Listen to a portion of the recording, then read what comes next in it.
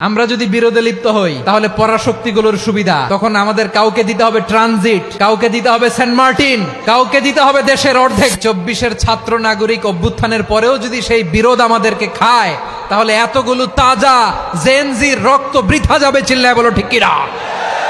মনে রাখবেন, যখন আমি একা থাকি তখন আমি ব্যক্তি, যখন আমরা সবাই মিলি তখন আমরা শক্তি।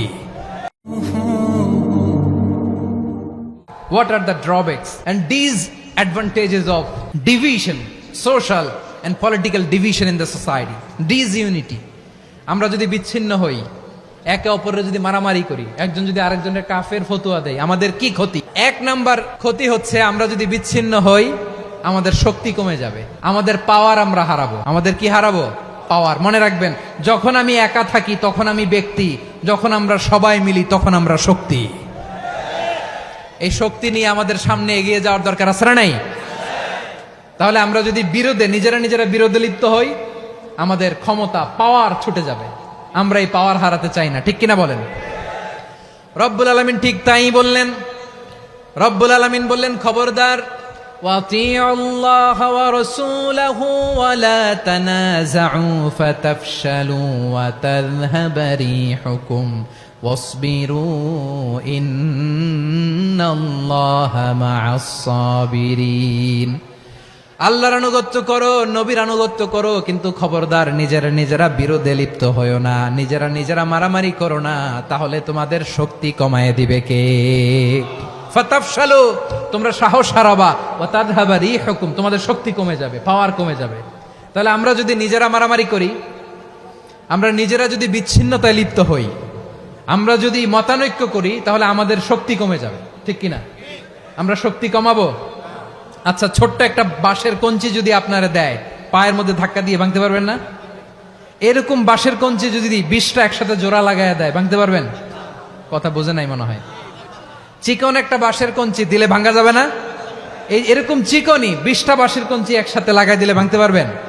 কারণ যখন আমি একা থাকি তখন আমি ব্যক্তি, যখন আমরা সবাই মিলি তখন আমরা শক্তি।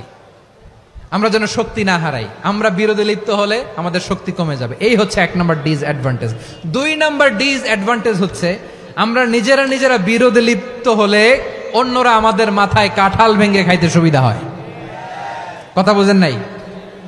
আমরা যদি বিরোধে লিপ্ত হই তাহলে পরাশক্তিগুলোর সুবিধা তখন আমাদের কাউকে দিতে হবে ট্রানজিট, কাউকে দিতে হবে সেন্ট মার্টিন, কাউকে দিতে হবে দেশের অর্ধেক। চিল্লায় বলো ঠিক কিনা?